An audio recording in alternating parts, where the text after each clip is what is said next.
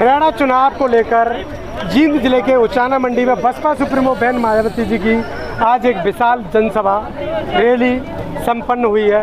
उस रैली के क्या माने रहे हैं, क्या उनसे बदलाव आने वाला है, क्या उससे फर्क पड़ने वाला है, गठबंधन का कैसा माहौल है। तो स्वागत है सर, क्या कहेंगे इस बार जो गठबंधन के साथ बसपा चुनाव लड़ रही है। इससे पहले भी बसपा गठबंधन को लेकर चुनाव लड़ी है लेकिन बड़ी सफलता हासिल नहीं कर पाई है, क्या कहेंगे? जी, सबसे पहले तो जय भीम, जय भारत, जय मां काशीराम, जय ताऊ देवीलाल। बोध साहब जी, आपका धन्यवाद, आपने आज समय दिया, यहाँ पे हरियाणा में आप आए और जो आप ये जन जागृति का कार्य कर रहे हो, आपको इसके लिए बहुत बहुत साधुवाद। और दूसरा, आपने साथ ही बात की है कि गठबंधन से क्या उम्मीदें लगाई जा सकती हैं। तो साथ ही मैं आपको बताना चाहूँगा कि शुरू में जब गठबंधन हुआ तो ये गठबंधन आज का नहीं है, ये गठबंधन नवासी से माननीय काशीराम और ताऊ देवीलाल जी से स्टार्ट होता है और जिसमें हमने सीटें जीतकर पूर्ण रूप से अपने काम भी मनवाए थे। ताऊ देवीलाल जी ने वीपी सिंह की सरकार को पूर्ण रूप से धमकी के रूप में कहिए, मैं कह सकता हूँ इस चीज़ में बाकायदा बोला था कि भाई वीपी सिंह, हमारे 3 एमपी हैं और आपको हमारी 3 मांगें माननी पड़ेंगी। तो माननीय काशीराम साहब ने अपने 3 मांगें मनवाई और उनमें से जो मांगें हैं मैं आपको बताऊंगा। कांग्रेस और भाजपा जो आरएसएस पहले थी, या कहिए जनता दल, जिन्होंने कभी भी बाबा साहब को सम्मान नहीं दिया, चाहे उसमें कांग्रेस लगा लीजिए, जिन्हें पूना पैक्ट के रूप में रुलाया बाबा साहब को, हिंदू कोड बिल के नाम पे भी रुलाया, उन्होंने कभी बाबा साहब को भारत रत्न नहीं दिया।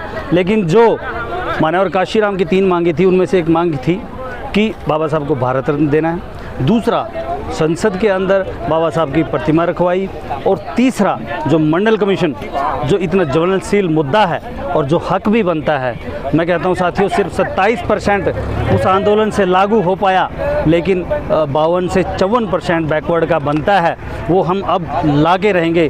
जो बहन जी के सानिध्य में, जैसे हरियाणा में सीएम अभय चौटाला जी जो इनेलो बसपा गठबंधन के रूप में उभर कर आ रहे हैं, और एक बूम, ये बहन जी की पहली रैली थी।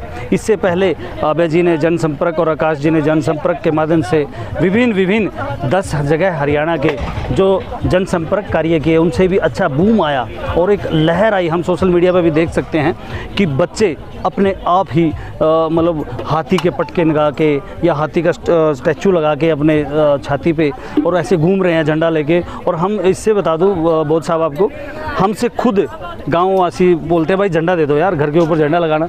इससे मतलब इससे ज़्यादा लहर क्या होगी।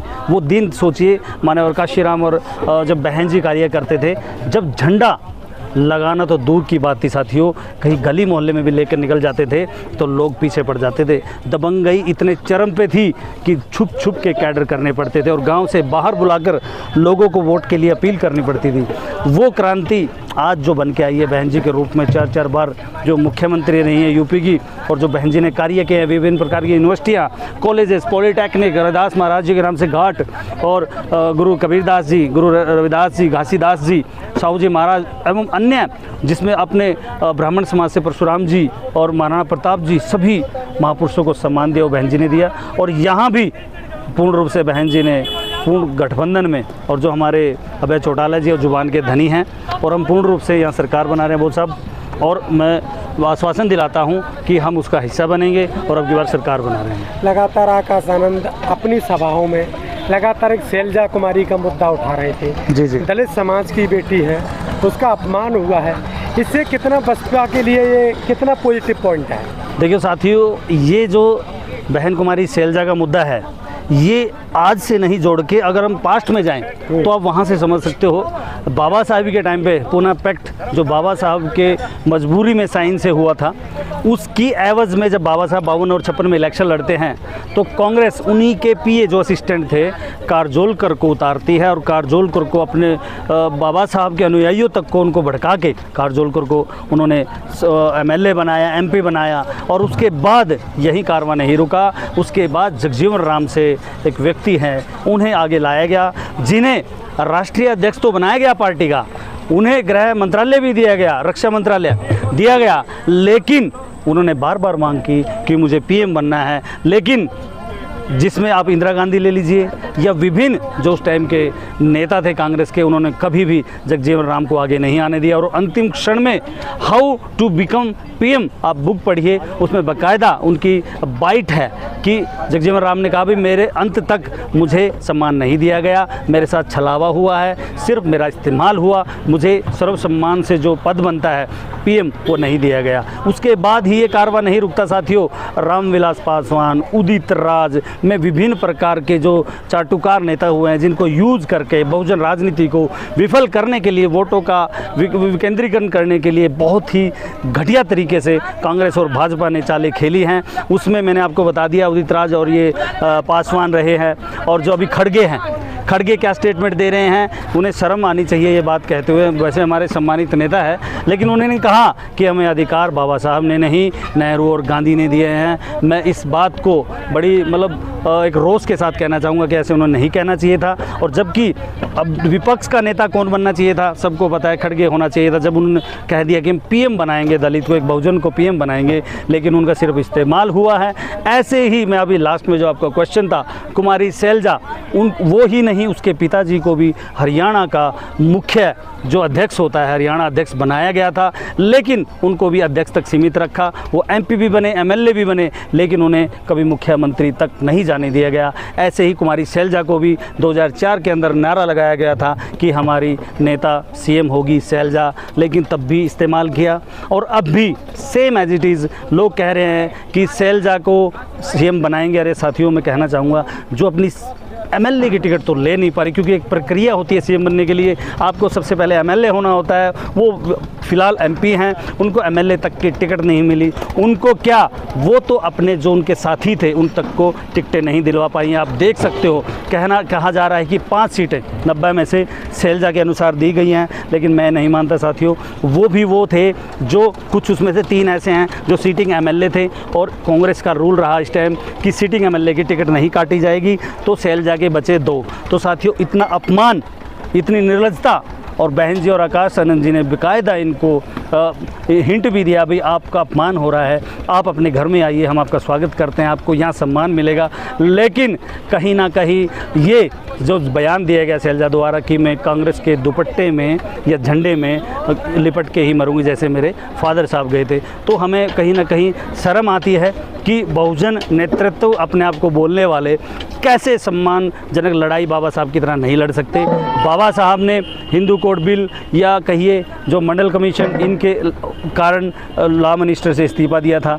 ऐसे ही बहन कुमारी मायावती ने मुख्यमंत्री पद से, क्योंकि बीजेपी एक चाल खेल रही थी उस टाइम, तो मुख्यमंत्री से पद से इस्तीफा दिया था। और राज्यसभा सांसद आपको पता ही है, सबीरपुर कांड और पुना कांड हुआ, जब बोलने नहीं दिया गया सदन में, तो बहन जी ने वहाँ लात मार दी उस राज्यसभा की कुर्सी को, जिसके लिए 400-500 करोड़ लोग लेके खड़े रहते हैं पैसे। तो साथियों, ये सम्मान की लड़ाई है जिसमें कहीं फिट नहीं हो रहे। इसमें अशोक तंवर, जो अभी आपको 2 साल से पहले बता रहा हूँ, सर तक फोड़ा गया उनका। उन्होंने तो बदल ली पार्टी, लेकिन उन्होंने भी कई पार्टी बदल ली। पता नहीं क्यों ये अपने घर में नहीं आना चाहते। अपना घर मजबूत होगा, इनका सम्मान भी होगा। मैं यहाँ तक कहता हूँ साथियों, हालांकि ये मेरे अपने व्यू हैं, मैं कहता हूँ साथियों, इनको सीएम तक अनाउंस किया जाएगा। अगर ये यहाँ आते हैं, इनको अपना वजूद भी पता लगेगा, और इनका सम्मान देखिए साथियों, ये लोग पलकों में बिठा लेंगे। की कहानी हो सकती है, बिल्कुल, वो समय की गर्भ में है। हाँ, वो समय की बात है। लेकिन अब मैं आपसे एक लास्ट बात और पूछना चाहूँगा। इस प्रकार से आपका चौटाला जी के साथ गठबंधन हुआ है। अब चौटाला की पार्टी एक मजबूत पार्टी क्षेत्र की मानी जाती है। साथ ही साथ लगातार जो किसानों के ऊपर काम चल रहा है, जैसे किसानों का आंदोलन हुआ लगातार किसानों की एमएसपी को लेकर, तो उसमें किसानों को कितना फर्क पड़ता है? किसान क्या बसपा से, इनेलो से जुड़कर क्या इस बार वास्तविक सरकार बनाने में सहयोग करेंगे? देखिए साथियों, इसमें आपको बताऊंगा, राकेश टिकैत ने खुद एक टिप्पणी की थी कि भाई अगर किसानों की कोई हितैषी है तो वो यूपी की मुख्यमंत्री जब रही बहन कुमारी मायावती, जिसने रातों रात, उन्होंने टिप्पणी की थी कि रातों रात गन्ने का रेट 50 से 100 रुपये कर दिया। ये बहन जी के बारे में ऐसे ही नहीं कहा जाता। किसानों के लिए पूर्ण रूप से हमदर्दी अगर किसी ने किया है, वो बहन कुमारी मायावती ने किया है। ऐसे ही जो हमारा गठबंधन है उसमें अभय चौटाला जी हैं। अभय चौटाला जी ने एमएसपी के मुद्दे पे किसानों के आंदोलन के लिए एमएलए पद से इस्तीफा दिया है। साथियों, क्या किसी ने दिया? नहीं। ये उसी श्रेणी में आ चुके हैं जैसे मैंने आपको बताया, बाबा साहब ने इस्तीफा दिया, बहन जी ने इस्तीफा दिया, किस लिए? सिर्फ आवाज़ उठाने के लिए और विरोध प्रदर्शन करने के लिए। और हम पूर्ण रूप से सत्ता में आएंगे साथियों। और किसान का मेरे की ये पार्टी है और आपको मैं दिखा भी दूंगा साथियों। बोध साहब रिजल्ट ज़्यादा दूर नहीं है, 8 तारीख नज़दीक ही है। एक बूम आएगा, 3 रैली हो रहे हैं बहन जी की, उसके बाद आप देखिएगा एक तरफा हम कह रहे हैं। ये जल्दी से मैं आपको बता देता हूँ कि कम से कम 5 से 10 सीटें बसपा जीत रही है, 15 से 20 जो अब तक का सिनेरियो है। लेकिन बहन जी की 3 रैलियाँ हैं, उसके बाद 5-10 ऊपर जाएंगी ही जाएंगी। तो हमारे बिना सरकार नहीं बन रही है बोध साहब, हम एक तरफा लहर में हैं। लगातार बने रहिए हमारे साथ। यूट्यूब, फेसबुक, इंस्टाग्राम पर देख रहे हैं तो सब्सक्राइब करिए, फॉलो करिए, वीडियो को करिए ज़्यादा से ज़्यादा शेयर, कमेंट बॉक्स में अपनी राय देना ना भूले। तो देखते रहिए बादल एक्सप्रेस। मैं हूँ दीपक, बहुत बहुत धन्यवाद।